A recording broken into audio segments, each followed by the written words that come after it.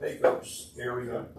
And then we'll hook around and go to the northeast corner near Philmont. And there's it's called the Valley Vidal. Valley Vidal.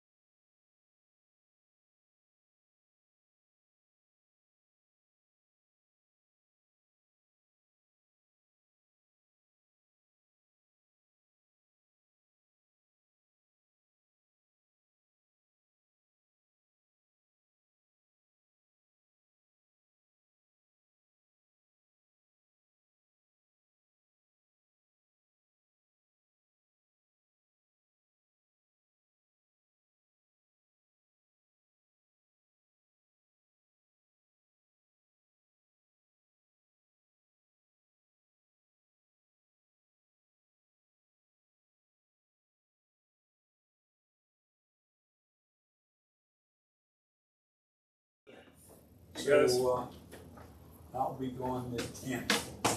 Yeah, so I'll be gone too. We're gonna move this. Frank's probably got this. I'll be here. So we'll see who I think Doug will be back then. He's gone this week and next week. Who is? Doug. Don't worry about my office. Oh, your good friend. How are you? Am I on your way? No, you're good, buddy. Your good friend Larry now has titanium teeth. Wow. He has a Like a rapper, you mean? He has a 5-tooth bridge in the upper part of his jaw, anchored in with stainless steel screws. When you're 97 years old, why would you do that?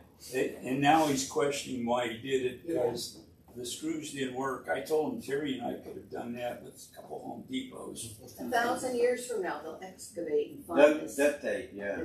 titanium piece. He had a couple of partials and they kept cracking in the middle.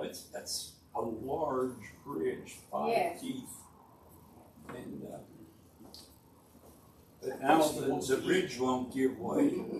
It's a bridge, bridge too far. Maybe his cranium will crack into. That's wild. Want some coffee? It'll keep you awake during the Sunday school. I got some. Yeah. I like that guy puts people to sleep. Come in, sir. Like, Another tenner, thank goodness. Oh, the rubber down here? I don't know if you see or not, but it's another tenner. He doesn't care. You're not As going long to as be the picking tenor, the tenor shows up. Her dad was the only soprano for a while. And they all came in at once. That's how it goes sometimes, huh? I tried to clean them real good to get any residuals off the flavor of your coffee. Oh, well, that's not bad. You got an old one last week. All right. That's over on it. it's 10. I'm going to go through the announcements. There's a game and puzzle night coming up on Tuesday, August the 23rd, 6 p.m. in the Fellowship Hall. Tuesday? Well, it says the 23rd. Yeah. 22nd's Monday, 23rd's Tuesday. Doesn't sound right. So maybe they put the wrong date. Maybe the wrong date's on there. Maybe it's supposed to be the 24th. On one of those days, on some day this week, there's going to be a puzzle night, game and puzzle night. And they asked that you bring snacks and drinks and that sort of thing. And the idea is to make this a monthly event. Diane made the contact, so we'll double check with her on the date. But also it says bring your favorite game or puzzle. Then the September fellowship table is scheduled for Friday, September the 9th. It's not September yet, but that's our next fellowship table. So always in the fellowship hall from noon to 1. $5 per ticket, which you can buy in advance out here in the narthex on the Sunday worship service. Actually, you can buy them today, and then again on the 4th, there'll be another opportunity. The main entree for September is going to be meatloaf. So.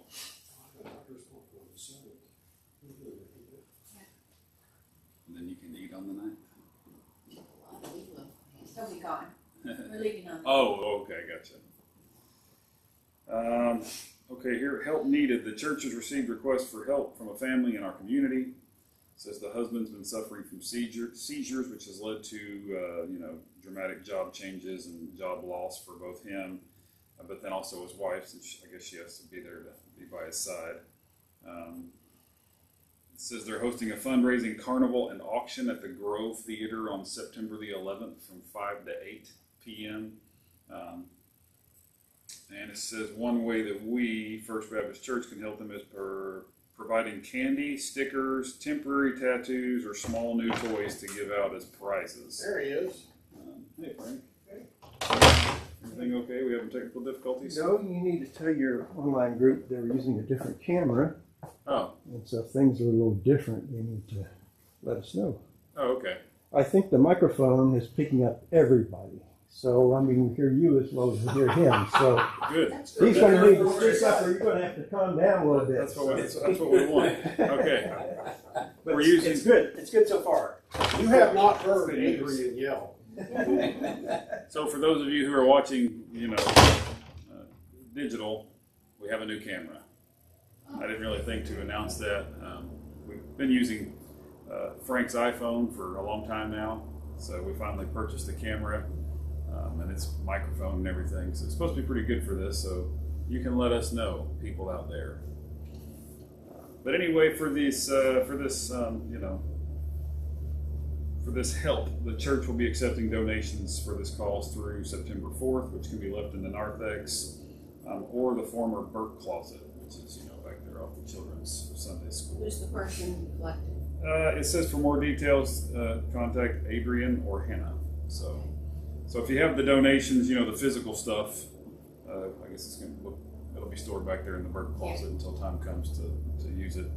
Otherwise, donations can be made. Monetary donations can be made specifically on the envelope. And business meeting and potluck dinner in the fellowship hall on Wednesday the 14th at 5:30 p.m. So that's our potluck dinner.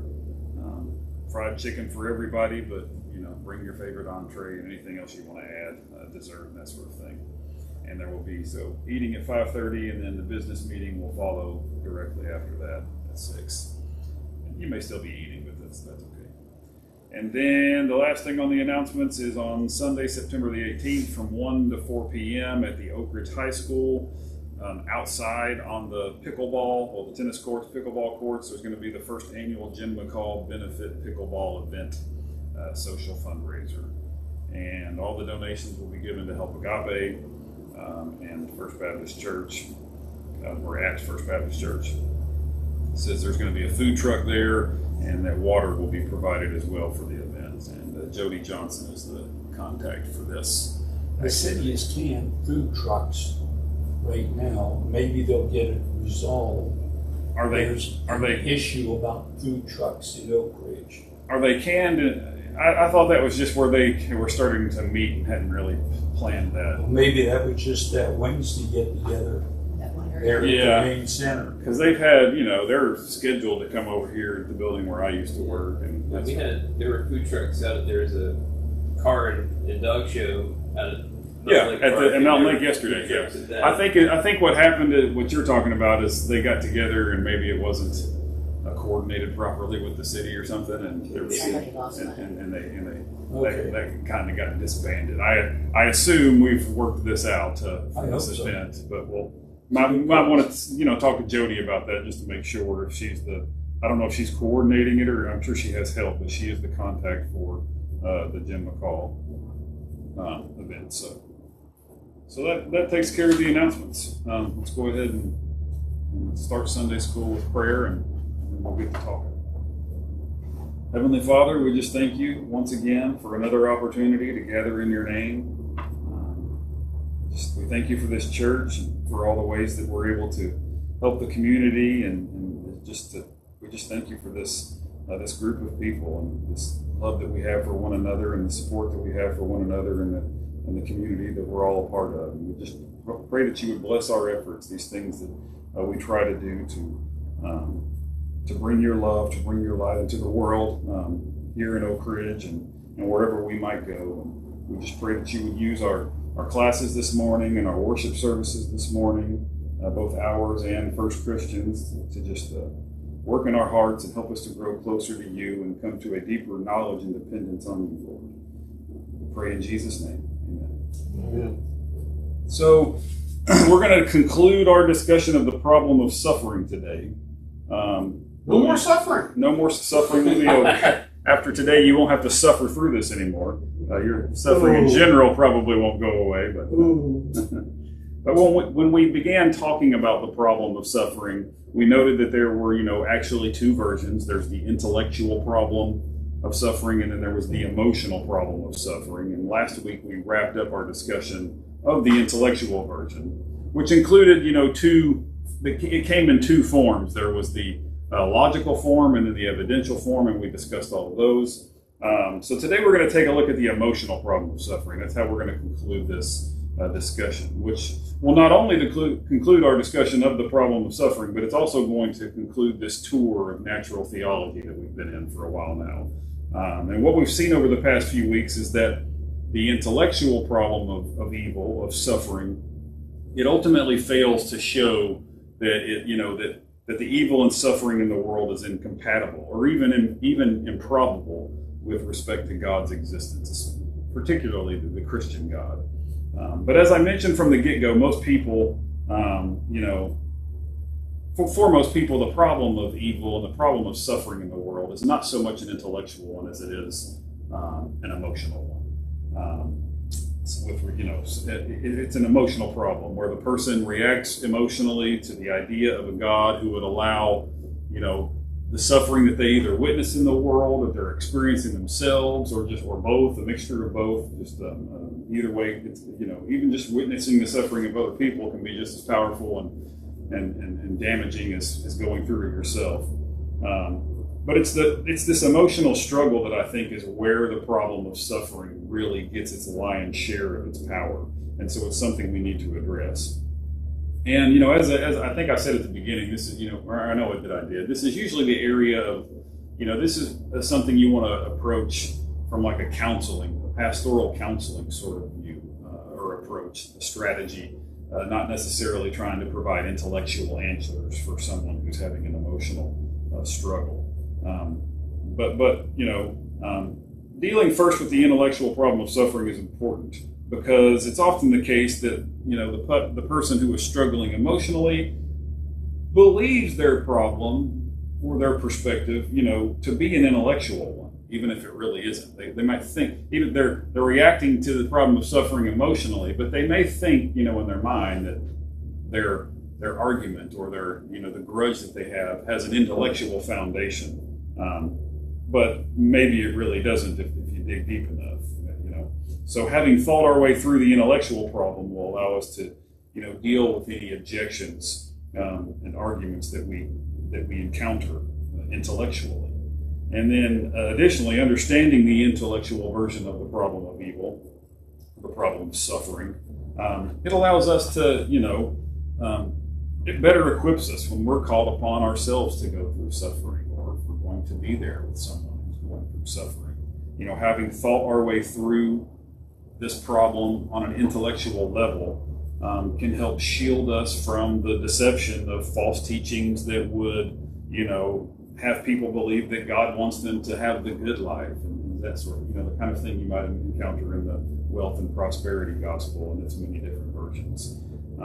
Anyone who latches on to teachings like this, who gets rooted in like the prosperity gospel, the health and wealth gospel, whatever, they're going to have a hard time making sense of suffering and struggle and the trials that come, when they're called upon to go through suffering. So when this enters their lives, what happens? Some people, worst case scenario, they just totally abandon their faith in Christ and God and Christianity. Best case scenario, they're just, they just kind of, they don't really know how to deal with it intellectually, but they make it through somehow. But I mean, either way, it would leave a big question mark for them, because if they're to expect, they're going to be sitting there thinking, well, maybe I just didn't have enough faith to, and so that's why I'm in this. It's like, well, there's stories of that maybe in the Bible, but not necessarily of not having enough faith, but just that, our own decisions are, I think, mostly what get us into a lot of the trouble that we get into. But that can be, you don't want people to misinterpret that as, well, I just didn't have enough faith, so this happened to me, that sort of thing. As Dr. Craig points out in his Sunday school, it's very obvious that these are false gospels, because that sort of health and wealth prosperity gospel won't preach in places like Iraq or Syria or North Korea, and other places where that just won't work. The expectation is just not there, and so if it won't preach there, then it's not the true gospel. The true gospel will preach anywhere you go in the world, no matter what the situation is, and that's a really good way, I think, of a good perspective to have on the gospel, the simplicity of the gospel, but also it rids it of any of this nonsense that's been attached to it, throughout history. We need to understand that, God's plan for human history may involve terrible suffering, for us, and we may not be able to see the point or be able to figure out the reason for it. We shouldn't expect to see it, as we've talked about. We're just really not in a position to try to work that out and figure that out and predict it. Hi, Joy. So our hope is not in worldly happiness, but rather in that day when we go to be with God. So what do we do? How can we respond when we encounter the emotional problem of evil? And I guess, sometimes I think the best response for someone who's struggling with something is just to be there, right? Just to be a shoulder to lean on, a shoulder to cry on. Keep your ears open and just be there and listen. Not everyone is looking for counsel, I had to learn this a lot with my wife, when she would get upset about something, I want. You're a man, you want to fix it. That's exactly right. I do. I just want to fix it, and I feel like, okay, I can fix this. That was my instinct initially, and it's sad how long I kept that strategy going.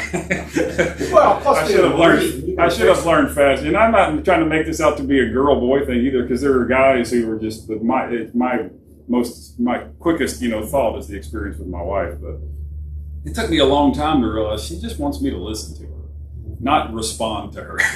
Or if I do respond, not in you need to do this. Yes, with step 1, 2, 3, and 4, problem resolved. That. So anyway. My kids don't like that either. They don't appreciate it. Yeah. I mean, a lot of people don't. I don't necessarily. I have times when that's not what I want to hear. But man, am I stubborn, and I did that anyway.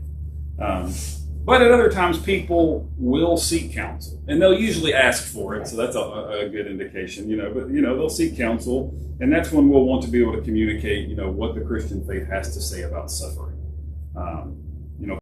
Christianity doesn't speak of some distant God, but of a God who takes compassion on the world, who has revealed Himself, by taking on human nature and experiencing suffering Himself, experiencing the torments of life alongside us, alongside other people, even going so far as to die for us so that we could one day experience a life where evil and suffering will be terminated, will be completely removed. What we should not do, I think, though, is to torture ourselves trying to figure out, why God is permitting us to go through suffering or someone else to experience suffering. Sometimes that stuff's just obvious. Like if we've gotten ourselves into the bind, you can usually see, okay, you can sometimes trace yourself back to some steps you took, and okay, you're here because of you, and you need to work, and God's there with you. I'm not saying that, but sometimes we kind of can see, but sometimes suffering just comes in. There's no rhyme or reason. We don't necessarily recognize anything we did wrong or whatever. So again, we shouldn't try to torture ourselves in trying to figure out why God has permitted suffering. Suffering doesn't always come from wrong. Right. Also, Exactly. suffering sometimes, I mean, like all of your disciples and apostles, they went through a lot of suffering. And it wasn't because they were doing anything wrong. Right. It was because they were doing something right. Yeah. They might have You been, know. they were doing something countercultural or something, you know. Right. But God never said there would be no suffering. So, right. Well, He think said, of, I'll be there to hold your hand. To Think of let you the- cry on my shoulder. yes. Think of the man born blind. You know, the disciples, you know, asked Jesus, what did this man do? What his parents do that he was born blind? He was like, he didn't do anything. He was born so that God's power might be shown out. I think what Jesus was really getting at there is that you don't really need to have that kind of explanation for why this man was just born blind. The world's just a broken place, it's imperfect, and this kind of thing happens. But God can show his power through this stuff is the lesson that we don't always, like you say, have to know, trace it back to some source. It's nice that hospitals have a chapel so that an option is to say, would you like to go with me and pray in the chapel? Right. Otherwise, I'll just go and pray for your loved one. Yeah, that's it. I like that too. As we've discussed previously, the reasons that God may have for allowing or permitting suffering they're just unfathomable. They're incalculable. We just don't know. We don't have that perspective. All we can know for sure is that suffering is probably going to come into our lives or at various times, or the lives of people that we're close to. But the important thing to know there, and what is that God is with us. That's what the Bible really emphasizes. Rather than taking on this impossible task of trying to figure out why God is allowing suffering in whatever circumstance, we should simply seek Him out and ask for strength and the courage to endure it. Whether it's for us or we're asking that for someone else. Not that suffering didn't happen to me, but on 9/11, I was watching the TV as the second plane plowed into the World Trade Center. And I was thinking, why did God let that happen? That was just unfathomable to me. And then I thought, well, He took those people to heaven early. They may have had terrible deaths and been tortured in a lot of pain, but they ended up with God. Yeah, I mean, and that kind of gets to something that I was conclude with is just that perspective on eternity. Kind of keeping that in mind, I think is invaluable for us, who believe, and for Christians, and something that we can share with other people, even if they're not a Christian. We can share and tell them, well, this is what the Christian faith offers, when it comes to suffering. But we can ask God also to help us to see what we might learn from our suffering or from suffering, and how we might grow because of it. One thing I can say for sure about the struggles in my own life is that I have been able to grow from those experiences in one way or another. At the time they seem so pointless.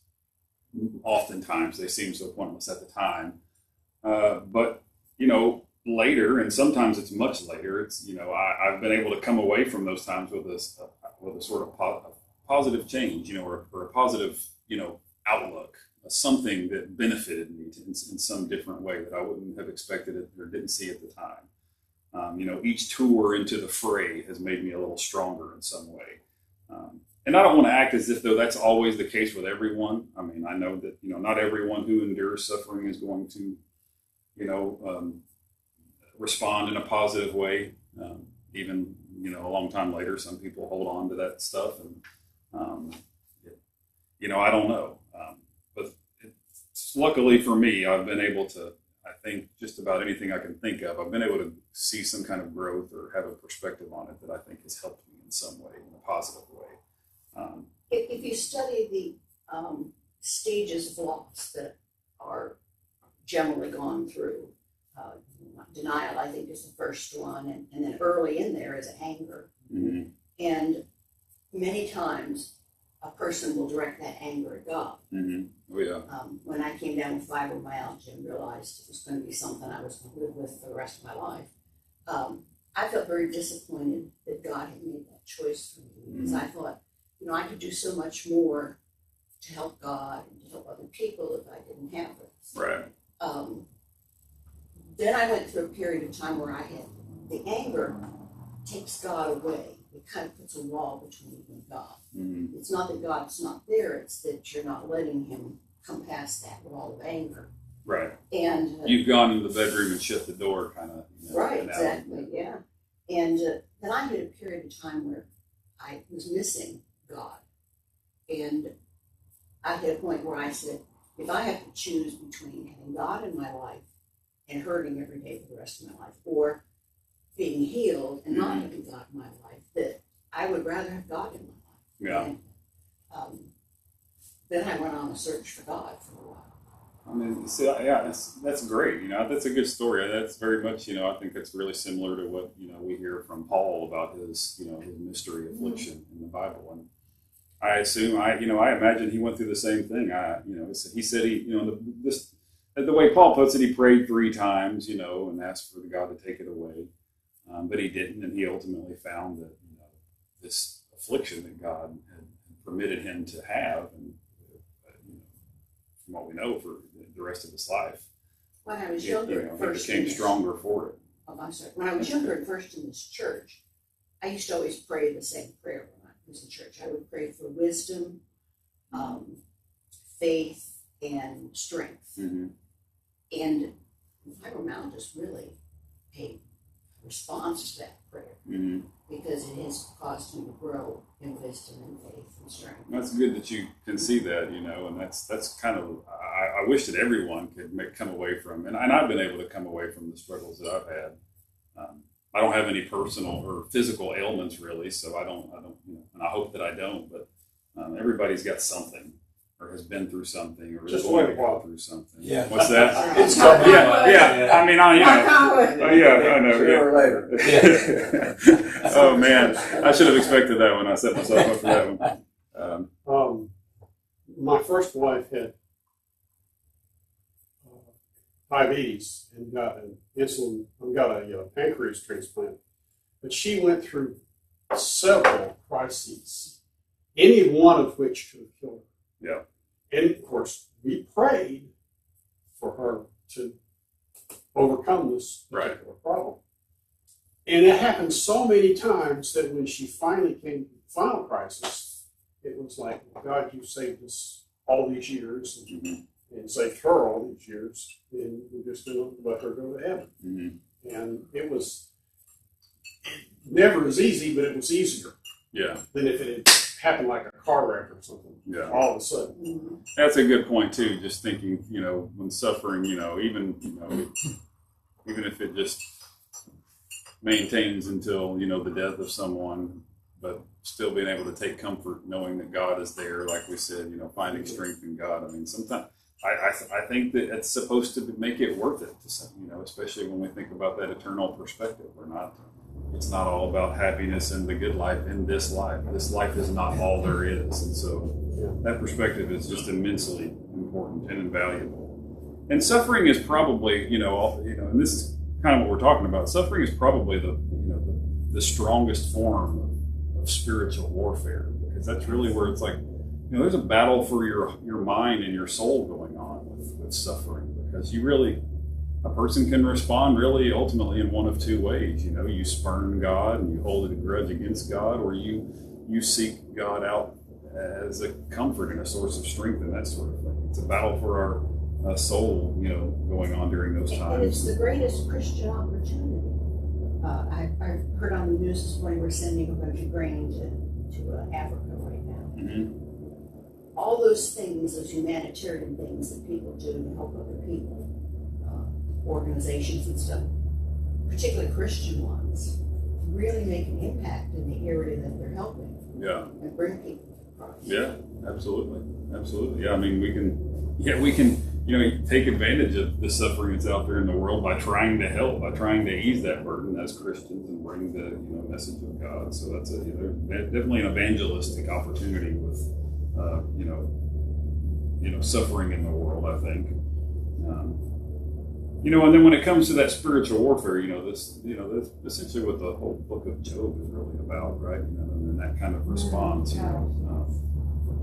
and we see kind of, whether or not you take the book of Job to be historical or more of kind of, of a fictional tale to provide us with some truth, we can see that God does, will restore us eventually. Now, Job gets restored in the story with his new family and all that. And it's hard to kind of think about that too, because we don't really have that ancient Jewish perspective on what it means to have your fortune restored. We would. It's like, I don't want a new wife and kids. I want my older. But I think the whole point of that is that, once we've gone through suffering and if we've sought God and that sort of thing, then we will be rewarded. That's what we expect in the life to come. So, so even if it only leads someone to a deeper dependence on God, then I think that can make the struggle, the suffering, and that sort of thing worth it. A buddy of mine who I've recently reconnected with, and been working with him for a while now. And I've known him since my teenage years, from high school and that sort of thing. But he's gone from, drug use to drug abuse to severe drug abuse to homelessness for the past several years. And I mean, he's lost a lot. He's it's cost him everything. And he knows that his choices led him to where he is. But he's just now in the beginning stages of working his way out of this mess that he's created for himself. He's clean. He's been clean for a while. He's got a home at this point that's been provided by the government, by the state, and he will work wherever he can. He's trying to look for a more permanent, job, but he does day labor stuff for now, and he's making it. But he's been through and has seen things that I just can't imagine. Just talking with him, it blows my mind. And he's suffered a great deal, but through all of it, he has just developed this deep dependence on God, and he prays a lot, and he's grown closer. He's actually come to know and grown closer to God through all of this experience, and he knows what it truly means to depend on God for like where his next meal was going to come from, and where the clothes and for the clothes that are on his back. As I said, he's just now starting to see some light at the end of this, long dark tunnel that he's been in for years, and as frustrating as it can be to be his friend at times and help and try to help him through a lot of this, it's helped me as well. I think it's helped me. This is one of those things where someone else's suffering, I think, it can be a benefit to the others around them as well. It's helped me to befriend him, and he's challenged me in how much I'm willing to give myself to someone who's in need, and even someone who you may feel like they're kind of taking advantage of you, but then you start thinking, well, what other options do they have, that sort of thing. But I think that's another good point, though. Sometimes the suffering of someone or a person or a group or whatever can have a positive effect on the people around them, and the people that are willing to go, just like the people that are willing to put together a ministry to go help other, people in need. But both people, I think, are benefiting from that. Oh yeah, from that relationship. Agape definitely benefit from. Yeah, I mean that's a good example. One of the things that we see people that you look at and think, are they really conning me? I mean, they're driving a new Cadillac. Yeah. And they're coming in that Yeah. But, we have to sit back and say, well, it's not my job to police that. It's my job to deliver the goods. Yeah. And if there's a problem, God's going to have to take care of it. Yeah. So we pray for that when we see people. Yeah. We see people that are into drugs or have made lots of bad decisions, and you can sit back and say, well, if you hadn't done this, like talking to your wife, Yeah. if you hadn't done that, you wouldn't be there. Right. It's like, But you shut your mouth. what good does that do? Yeah. Yeah, no, you're right. And it's, you're talking about those people, are they conning? One of the things that my buddy he's been honest with me. He's like, as a survival skill, you learn to manipulate people. He's like, you have to, or you're not going to make it. He's like, he's like, and it's not necessarily that you're doing it. He's like, a lot of people know what you're. I actually told him, I was like, people know what you're doing. was like, it's obvious sometimes, he's like, I know, but it works, and he's like, it's gotten me fed, it's gotten me clothed, gotten me into places to sleep for a night. He's like, and it's hard to turn that off too, Yeah. even as he's like, it doesn't just go away. You kind of have an instinct to manipulate people. And I don't, not like in a bad way, not like trying to trick you, but he's just, he wants Trying to survive. Trying to survive. He wants you to feel bad for him and provide something, just so he can make ends meet, that sort of thing. But it's interesting to hear. I've learned a lot from him, but he again, he does truly know what it means to trust God in a way that I don't. I have no idea. What it's like to wonder where I'm going to get my next meal, or my shoes are completely falling apart on my feet, around my feet. Where am I going to get another pair of shoes? Do I steal them, or somebody will give it? And luckily, especially in Knoxville, and I probably Oak Ridge too, it's not too hard to find replacement stuff if you know where to go. And so you become a pro at all the places that give out food and that sort of stuff. And you take advantage of that. So luckily that's there, but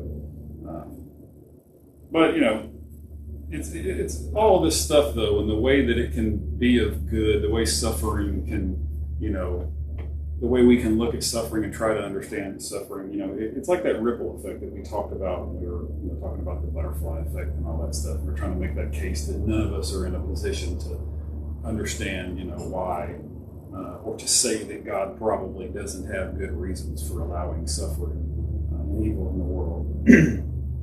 And then, the argument's further weakened when we do witness, some good come from suffering. Which I think we often can. I mean, my friend here is a good example of that. I think as long as we're actively seeking God, pursuing a relationship with God, then we can endure great suffering and with hope and come away from it better than before.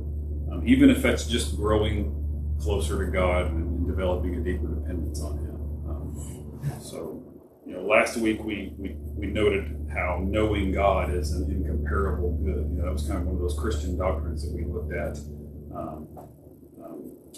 in the relationship with God allowing suffering in the world. And so if we, like my friend, come into a deeper, dependence and knowledge of God through suffering, then I think it's at least possible, or a possible answer as to why God would allow suffering in the world. And one of the things that Dr. Craig says in his Sunday school is he says that, paradoxically, even though the problem of suffering is sometimes the greatest obstacle to belief in God's existence for some people, at the end of the day, God is the only solution to the problem of evil and suffering. Because if God doesn't exist, then there is no solution to it. We're just locked, without hope in a world full of, pointless and gratuitous suffering and evil. But if God does exist, specifically if the Christian God does exist, then He's the answer to this problem, to the problem of suffering. He redeems us from the suffering and the evil, and takes us into this everlasting life of joy, and which is an incomparable good, because we have fellowship with God and all these other wonderful things. So I think that's the true power of Christianity. It's not all about how good or bad our lives are in the short time that we have here, but it's about eternity. It's that perspective that's not just of this world, but beyond it. And it's very hard to develop that perspective when everything's just kind of going fairly well for you. When everything's going well for us, I think if you're like me, I tend to really just, my focus is on worldly things, getting my day-to-day life done and doing this and doing that. And, church is more something that's like, and God is kind of something that's just on the schedule here and there, but I don't just constantly have that. Sometimes it takes interruption of my life for me to step back and have that, just at least a little bit of that broader perspective.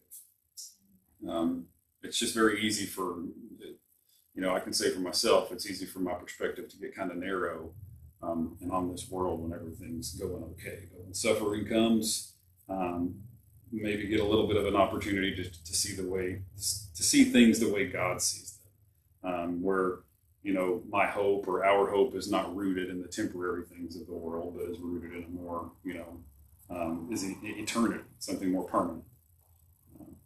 And so even though we talked about this really in the context of dealing with the intellectual problem of evil, I think it can be of value in dealing with the emotional problem of evil as well. If a person is able to, if talking to someone, if a person who's struggling emotionally can kind of reorient their thinking and through times of trial and suffering and find some strength to endure, then it's not only relevant intellectually, but it could be relevant emotionally as well, to just kind of take a step back and think of there being a bigger picture than just what's going on. But that's really all I wanted to, that's really all I had to say. Do we have any more questions or discussion related to the, maybe dealing with the emotional problem of evil, which again, I think is what we're most likely to encounter, either talking with people or for ourselves, when dealing with suffering and evil ourselves. So in hindsight, it seems like it's almost always like it's preparatory, like it's preparing you for something. I think whether you are the person doing the suffering or witnessing the suffering, either way, it's like, sometimes if you're, I guess, lucky or, I guess, really, really present in the situation, you can even see it while you're going through it, that it's really preparing you for something. I think that's right. I think at the least, even if we never have a reason or a real clear answer as to why there was suffering here, suffering there, at the end of the day, when you come into the fulfillment of God's kingdom and there is no more suffering, I mean, how much more will you be able to appreciate that, having gone through suffering? So even if it just brings us into a greater appreciation for the eternal life, then I think that's good. That's a good thing. But I do think it often can, whether or not a person sees it or not, or allows it to allows them to come away and grow from it. Can't imagine all the various things that get in the way from that, or get in the way of that actually unfolding that way, of having that positive development. I think it can actually can always prepare us even for some sort of good, some sort of growth, even in this life. But I don't know that that's always the case. I wouldn't make that claim. Yes, Joy. Well, so I've seen that in mostly other people. Thank goodness I haven't suffered that much. Sure. But so I think of the verse about something like comforting other people with the comfort that you've received from God. And so for a while I was teaching at a community college, a class called Death and Dying. And interesting. It was such an interesting class. And but because it was a community college, it was like a wide range of ages. Yeah. And so I would always have some people, there'd be some 18-year-olds, but there would be people in the class who had lost children, who lost spouses, some people who got out of the military and lost friends. Right. It was so helpful to have those people in the class. I'll bet. Just to kind of testify to their own experience, and like that they got through it. Yeah. Were you able to bring God into it at all? So it was such an interesting class, probably because I knew nothing about it, and so I had other people come in. Some people probably brought up God in their own stories, I would imagine.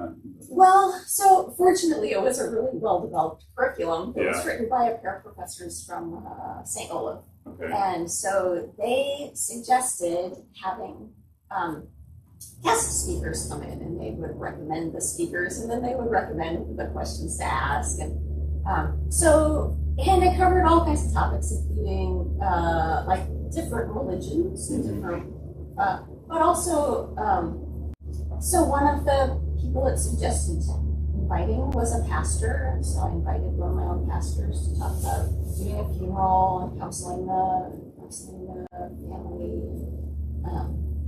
It was really interesting. That sounds like a cool class. Yeah, but it was just really helpful to see. Like I don't ever want to be in that position, but just to see where people who've had the experience of losing a child can minister to other people who Yeah. lost a child. Yeah.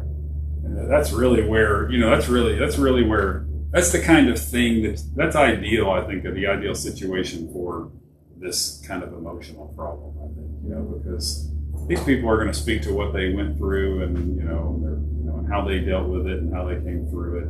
Not, there might be an intellectual component to the way they're describing it, but they're not trying to give you here's the 5 steps of, dealing with this kind of suffering or whatever. So that's great. Well, I think everybody would benefit what I'm from saying that. is people share their experience of having gone through it and then surviving. Yeah. That is. Yeah, no, that's great. That's ideal, to be able to come out of it with some sort of something positive. Mm-hmm.